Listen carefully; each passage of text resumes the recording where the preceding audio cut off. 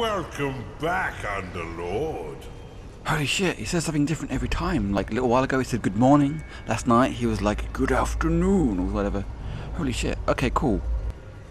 Hey guys, my name is Heiach. Do you remember Dungeon Keeper? Way back when? Well, this is the spiritual successor, For The Overworld. They even have the same voice actor. So, yeah, I'm new to this game. I don't know much about it. I played a bit of Dungeon Keeper years ago. So we got campaign and we got like new Crucible mode, which is interesting, I guess. Kind of like, I don't know, I say skirmish, but there's also a skirmish mode. So I think campaign would be a good place to start to kind of gently warm me into the game. A big thank you to Brightrock Games Subterranean Games for giving me a key and allowing me to play their awesome game. Holy shit. Let's try the campaign, I think. That might be a good place to start. I see. So yeah, it is a spiritual successor, but it also, I believe, follows the same plot as the original game. So this is probably like many, many years after the ending of the last game. And what we're doing is quote-unquote refreshing my mind, as opposed to trying to teach me the game again. Holy shit. Welcome back, Underlord. I must say, I wasn't expecting you quite so soon. The transference may have left you feeling a bit foggy in the head. Focus now. I'll try to ease you back into it.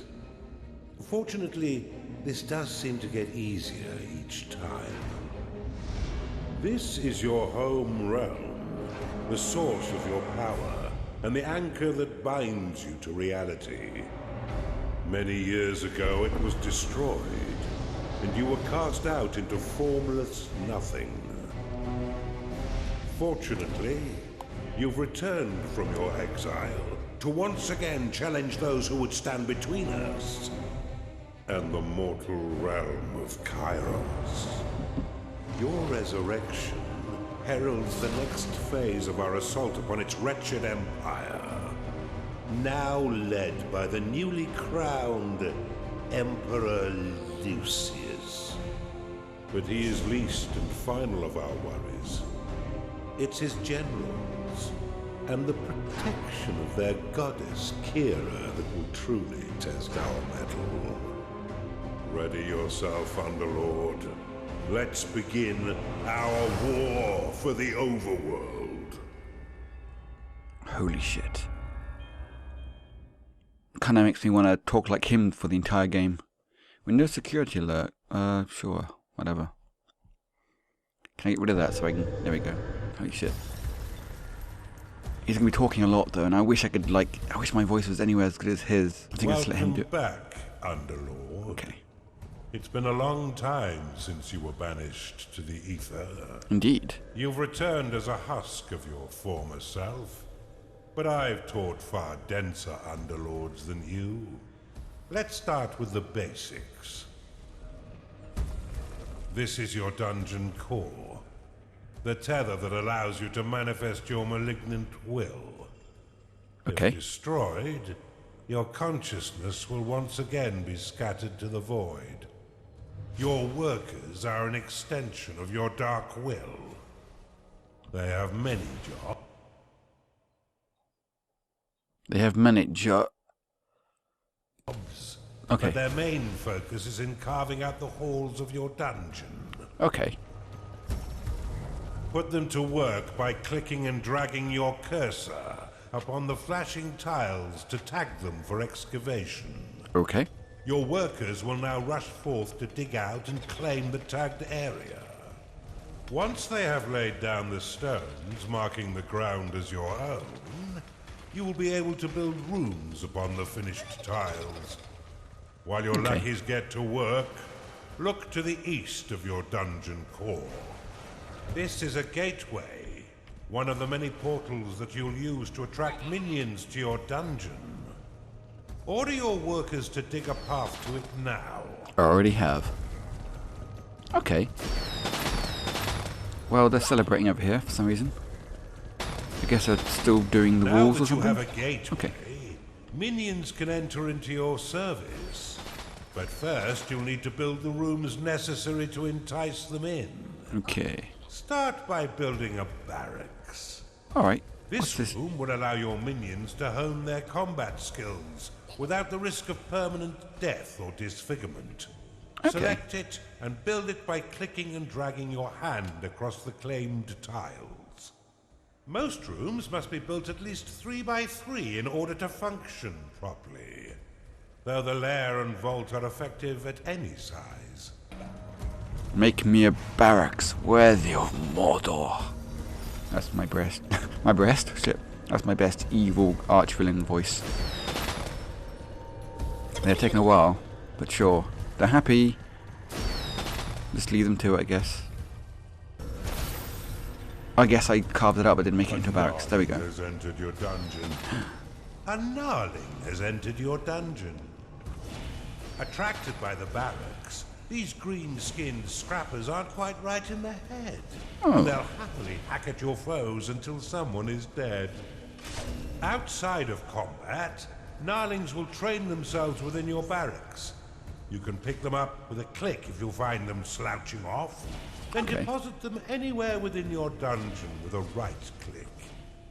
For further entertainment, you can always put yourself directly into their head by casting possession upon them. Possession will allow you to inhabit the mind of a minion, allowing you to see through their eyes, control holy their shit. movement, and activate their abilities. Come back. You can increase the efficiency of props within your rooms by fortifying the walls closest to the props. Workers will fortify walls automatically when they've completed all their other tasks. Now that you have some minions, you will need to cater for their basic needs. First, build a lair, so the pitiful little meat sacks can get some rest. Okay, so build that, and then build a layer. I guess maybe have to carve it out first, and then I can make it. I guess I need to make them carve it out first. Okay, cool. Cool, make them a layer, so the pitiful little meat sacks can get some rest. It's like, we've put loads of detail into all our character models. You can get a first-person point of view if you want. Holy crap, okay, so layer time. Whoop, go. Well done. But see how your gold reserves have been depleted. Up here. Command your workers to mine some of the nearby gold by tagging the gleaming tiles. Ah, They collect and return gold to your dungeon coffers, allowing you to spend it on whatever your dark heart desires. I see. Your core can store up to 16,000 gold pieces. But if that number sounds pitifully small, or if wealth inspires the evil in you, simply build a vault to store more. Oh. Now that you've got a bit of coin in your pocket, you can build a slaughter pan. This room produces scores of micro-piglets, a delicacy that will sustain the weak flesh of your minions by filling their bellies with succulent pig flesh. I see. Build a larger vault, Underlord. Trying. The vault will store your hard-earned gold when your dungeon core can no longer store anymore. Here we go, done.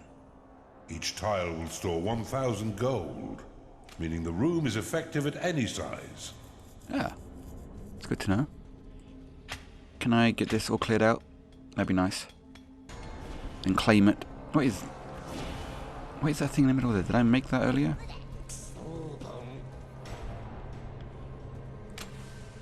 Can I make this into a slaughter pen?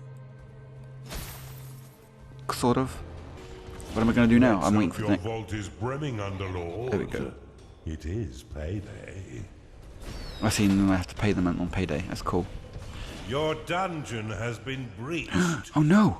Cast Rally upon these spectres, and your minions will immediately sally forth to wreak bloody havoc. Cast Rally. Unit tab. How do I cast Rally? Oh, this. Up here. Yet minions are fighting the enemy. Okay. How does one cast Rally, though?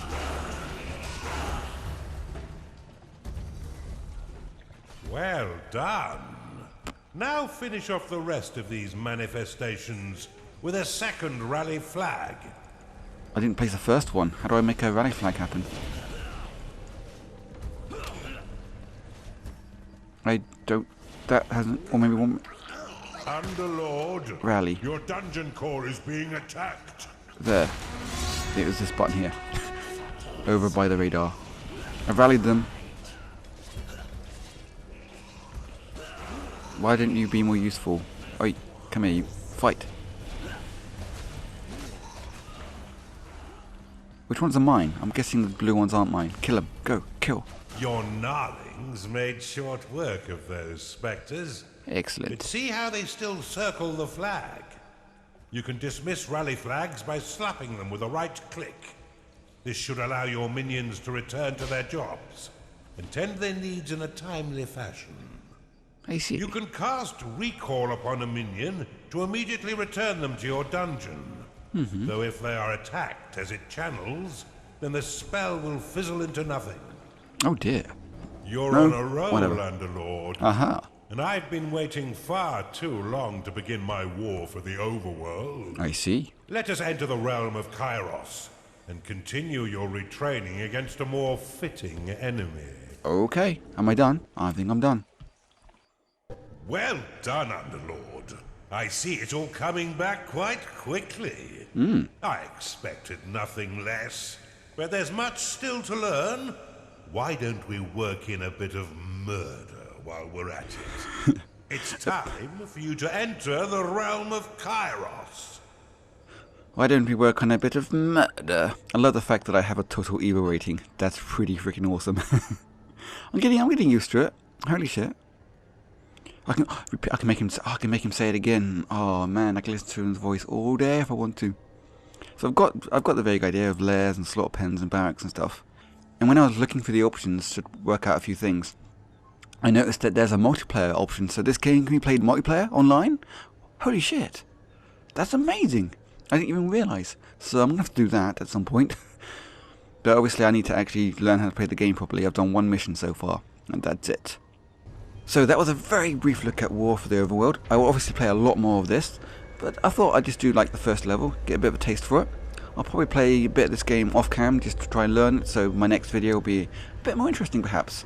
And I'll not spend the entire time doing tutorials. I'll be just like doing the campaign, or maybe even doing some multiplayer and like killing some of you guys. Who knows? Probably dying to you guys a lot. This game seems amazing. I love the voice acting. Holy crap. I've been Heiach, and I will catch you for the next video that I make. Goodbye.